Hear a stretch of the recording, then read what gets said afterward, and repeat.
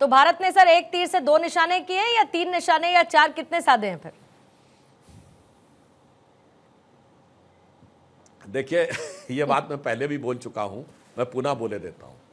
हमने वो काम किया है जिसे उत्तर प्रदेश और मध्य प्रदेश के जो लोग हैं वो भली बात ही समझते होंगे, या हिंदी हार्टलैंड के लोगों ने आल्हा का नाम जरूर सुना होगा, आल्हा उदल का नाम सुना होगा।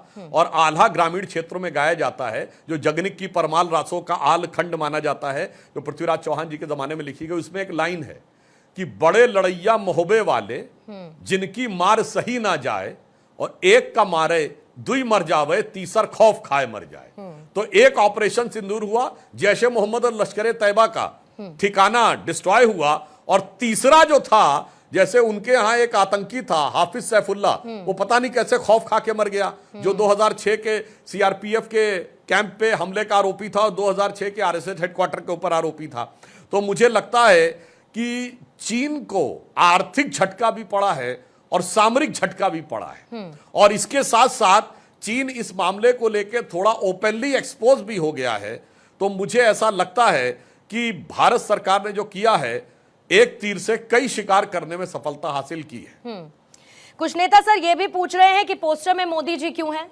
तो क्या ये माना जाए कि देश की रक्षा में जो फोटोज अब लगती हैं उनकी सेंसरशिप भी तय होनी चाहिए?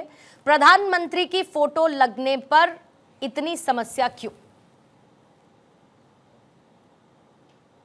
देखिए, हम बिल्कुल स्पष्ट कह रहे हैं, प्रधानमंत्री मोदी जी ने ही आकर हमारे डिफेंस प्रोडक्शन को बढ़ाया, जो दूरगामी सोच थी। मैं यह बात बिल्कुल ईमानदारी से कहता हूं कि ऐसा नहीं कि हमारे इंजीनियर्स में या हमारे साइंटिस्टों के अंदर क्षमता नहीं थी। कांग्रेस के रिजीम में भी हम मिसाइल बना रहे थे और सैटेलाइट बना रहे थे, पर इतनी क्षमता के बावजूद हम एसॉल्ट राइफल नहीं बना पा रहे थे। ऐसा तो नहीं हो सकता, हम बनाना नहीं चाह रहे थे। हम फाइटर प्लेन नहीं बना रहे थे, ऐसा नहीं, बना नहीं सकते थे, ऐसा नहीं, हम बनाना नहीं चाह रहे थे। मोदी जी ने वो शक्ति दी। मोदी जी ने जल थल नभ तीनों में न्यूक्लियर से युक्त किया। और 100 बातों की बात, जो सेना को मनोबल चाहिए होता, जो सेना को संबल चाहिए होता है, वो ला के दिया। एक दौर में नारा होता था, हमारी सेना जाके जंग के मैदान पे जीतती थी और कूटनीति के टेबल पे सब हार के चले आते थे। जिसे हम ये कहते थे कि चीन छीन देश का गुलाब ले गया। नेहरू जी गए थे, गुलाब शब्द नेहरू जी के लिए, क्योंकि उनको गुलाब बड़ा प्रिय था। चीन छीन देश का गुलाब ले गया, ताशकंद में वतन का लाल सो गया, और ये सुलह की शक्ल को संवारते रहे, जीतने के बाद बाजी हारते रहे। मोदी जी ने आजकर सेना को आकर वो शक्ति दी है कि वो अपने पूरी सामर्थ्य का दृढ़ता के साथ परिचय दे। मैं एक उदाहरण देना चाहता हूं। अभी इस प्रकरण से पहले आपने पाकिस्तान की सीमा पे गोलाबारी कभी सुनी थी? बिल्कुल बंद हो गई थी 2014 के बाद, क्योंकि 2014 से पहले फायरिंग होती थी। भारत से आदेश था, सफेद झंडा दिखाओ, और वो लोग मजाक उड़ा के फायरिंग करते थे। मोदी जी की सरकार आने के बाद बीएसएफ, तब गृह मंत्रालय के अंडर में था, बीएसएफ के डीजी से बात हुई, उनसे कहा गया साहब झंडा दिखाना, यहां से बताया गया ना अब मोदी जी की सरकार है, अब जितनी गोली चले उससे 4 गुना गोली आपको उधर दिखाना है। मैं दर्शकों से कहता हूं, 2014 से 2025 के बीच में सीमा पर फायरिंग की कितनी घटना हुई? सन्नाटा। ठीक है, अब इस समय कॉन्फ्लिक्ट में तो हुई, इसमें कोई दो राय नहीं कर सकते। यही दर्शाता है कि अब उनको रियलाइज हो गया था कि मोदी जी के आने के बाद सेना का मनोबल, सुरक्षा बलों का मनोबल की सीमा तक बढ़ा है। और देश के बाहर हो या अंदर, मैं कहना चाहता हूं, बस्तर में भी आपने देखा नक्सलियों के खिलाफ कितना बड़ा ऑपरेशन हुआ गृह मंत्री जी के नेतृत्व में। तो बहावलपुर से लेकर बस्तर तक राष्ट्र की सुरक्षा को सुदृढ़ करने के लिए सुरक्षा बलों को जो क्षमता दी है प्रधानमंत्री जी ने, मुझे लगता है उसकी यह सहज स्वाभाविक अभिव्यक्ति है, जो जनता मोदी जी के बारे में यह दिखा रही है। इसमें कौन सी समस्या की बात है? और मैं आपके ही वक्तव्य में पहले बोल चुका हूं, इंदिरा जी के जमाने में तो रक्षा मंत्री तक का नाम नहीं लेते थे, किसी को पता ही नहीं कि रक्षा मंत्री कौन था।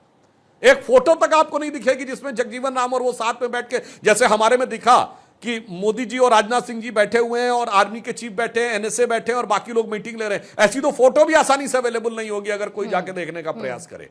तो इसलिए मैं कह रहा हूं, जो मोदी जी ने किया था, मुझे लगता है ये देश की जनता की भावना है कि वो मोदी जी के इस साहसिक निर्णय के लिए उनको उनका अभिनंदन कर रही है। इसमें किसी प्रकार की किंतु परंतु की बात होनी नहीं चाहिए। इसी साहसिक निर्णय के साथ साथ एक सवाल और भी सुधांशु त्रिवेदी जी आया कि बहुत जल्द ही सीज फायर कर दिया गया। ये एक आम जनभावना भी बीच में देखने को मिली, लेकिन साथ साथ सरकार ने यह भी कहा कि हम डिप्लोमेटिक तरीके से पाकिस्तान को जवाब देते रहेंगे। प्रधानमंत्री ने आज बंगाल से कहा कि मैं 140 करोड़ भारतीयों के बिहाफ पर यह बात कहता हूं कि ऑपरेशन सिंदूर अभी खत्म नहीं हुआ है। पाकिस्तान के खिलाफ कार्रवाई को भारत की जनता अब आने वाले समय में कैसे देखेगी? देखिए, पहले बात बहुत स्पष्ट कर दूं, ना तो भारत सरकार ने इसे युद्ध कहा, इसे ऑपरेशन सिंदूर कहा है, और न युद्ध विराम शब्द का प्रयोग किया है। मोदी जी ने कहा है और सेना ने भी कहा, एक ऑपरेशनल ब्रेक है, यह अल्प विराम है, युद्ध विराम नहीं, और अभी पूर्ण विराम नहीं आया। और जहां तक यह बात है कि किस कारण से रुका, तो हमने जैसे कहा, हमारा किसी ऑपरेशन का ऑब्जेक्टिव होता है, वो हमने पहले दिन अचीव कर लिया था।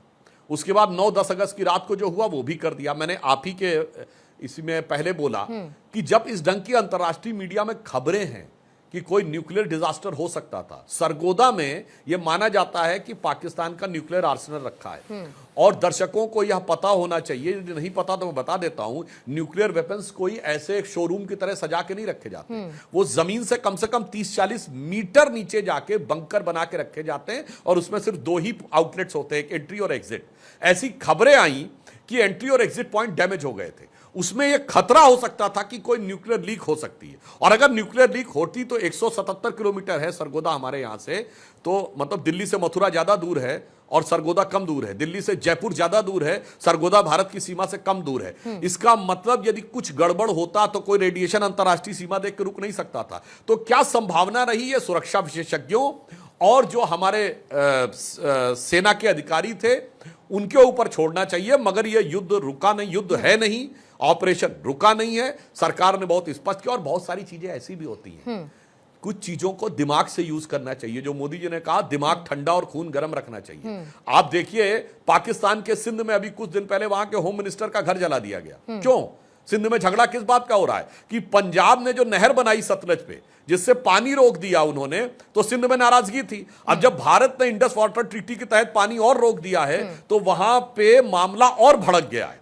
जिस ढंग से खैबर पख्तूनख्वा में पाकिस्तान के लिए समस्या हो रही है, तो आपने देखा वो किस कदर वो डर गए हैं कि ख्वाजा आसिफ जो रक्षा मंत्री पाकिस्तान के, उन्होंने कहा कि तहरीके तालिबान, यानी जो ये कहता है कि पाकिस्तान में शरिया है पर वो पक्की वाली शरिया नहीं है जिसमें महिलाओं को बाहर नहीं निकलना चाहिए वगैरह वगैरह, वो कहने वाला तहरीके तालिबान के लिए वो कह रहे this is the proxy of India, जो आज तक कहते थे प्रॉक्सी ऑफ अफगानिस्तान है। यानी अब उनको हर जगह खौफजदा हो गए कि उनको भारत भारत नजर आने लगा है। बलूचिस्तान, खैबर पख्तूनख्वा जो फाटा का इलाका है, federally administrated tribal area, PoK में और सिंध में जो कुछ हो रहा है, बहुत सारी चीजें खुद ब खुद भी हो रही होती हैं। तो हमारी योग्यता इसमें भी है, किसी पहलवान को पछाड़ना हो तो एक होता सीधे आप उसको गिराएं, और एक है उसी की ताकत को यूज कर कर उसको पटकनी दे दें। तो अभी जो कुछ पाकिस्तान में हो रहा है, अगर आप गौर से देखेंगे तो पाकिस्तान की स्थिति वो होने वाली है कि 100 रूप धरे जीने के लिए बैठे हैं हजारों जहर पिए, ठोकर न लगाना हम खुद हैं गिरती हुई दीवारों की तरह। अगर आप आंतरिक स्थिति को देखें तो हमें कम से कम दौर में ये उनको अधिक से अधिक क्षति कैसे पहुंचा सकते हैं, इस पे भी देखना चाहिए, और एक अंतरराष्ट्रीय चाल को भी समझना चाहिए। आज चाइना से इंडस्ट्रीज शिफ्ट होकर भारत की तरफ आ रही हैं।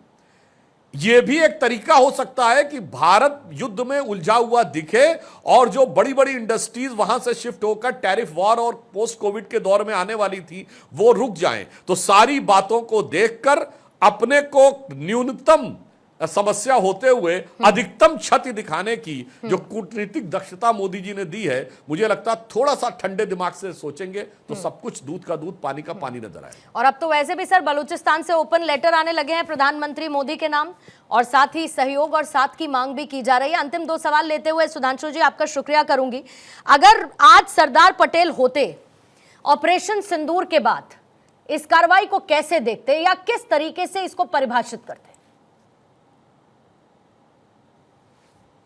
अगर सरदार पटेल होते तो पीओके बनता ही नहीं, क्योंकि उस समय राज्यों का महकमा सरदार पटेल के पास था। एक ही राज्य कश्मीर नेहरू जी ने अपने साथ रख लिया था, और फिर ऐसा फच्चर फंसा कि आज तक फंसा रहा। और मैं दर्शकों से कहूंगा, जिन्हें मेरी बात पे भरोसा ना हो, सरदार मूवी जाके देखें, ये तो कांग्रेस के रिजीम में बनी है। उसमें एक बड़ा मजेदार दृश्य है कि सरदार पटेल मांगते रहते हैं कि रेडियो पर जो नेहरू जी का वक्तव्य है उसकी कॉपी उनको दे दी जाए। बहुत लेट कॉपी दी जाती है और उसमें लिखा होता है कि नेहरू जी ये बोलने वाले हैं कि वो जनमत संग्रह कराएंगे संयुक्त राष्ट्र के तत्वावधान में। जैसे ही सरदार पटेल ये पढ़ते हैं, तुरंत फोन मिलाते हैं, तब तक पता चलता है नेहरू जी आकाशवाणी के लिए निकल चुके हैं। वो अपने निजी सचिव को भेजते हैं, दौड़ाते, कहते हैं आकाशवाणी के कार्यालय जाओ और नेहरू जी को बीच में रोको, कहो मेरा यह अनुरोध है कि ये लाइन न बोलें। वो दौड़ते हुए जाते हैं, जब तक वो उनके निजी सचिव पहुंचते तब तक नेहरू जी बोलना शुरू कर चुके होते हैं। और दिखाया गया है कि बेचैनी से सरदार पटेल टहल रहे हैं और रेडियो पे सीधा प्रसारण सुन रहे हैं, और जैसे ही वो वाक्य सुनते हैं सरदार पटेल अवाक रह जाते हैं। और ये डायलॉग है उस फिल्म में, ये क्या किया तूने जवाहर, बहुत पछताएगा और देश भी बहुत पछताएगा। मुझे लगता है ये स्थिति ही नहीं होती, सरदार पटेल होते तो कहानी कुछ और होती। मगर क्या बताएं, कभी एक वो जो एक शेर है ना कि ऐसे भी फलक देखे हैं तारीख के मंजर ने कि लम्हों ने खता की थी सदियों ने सजा पाई, तो उस चंद लम्हे की खता आज तक हिंदुस्तान भुगत रहा है।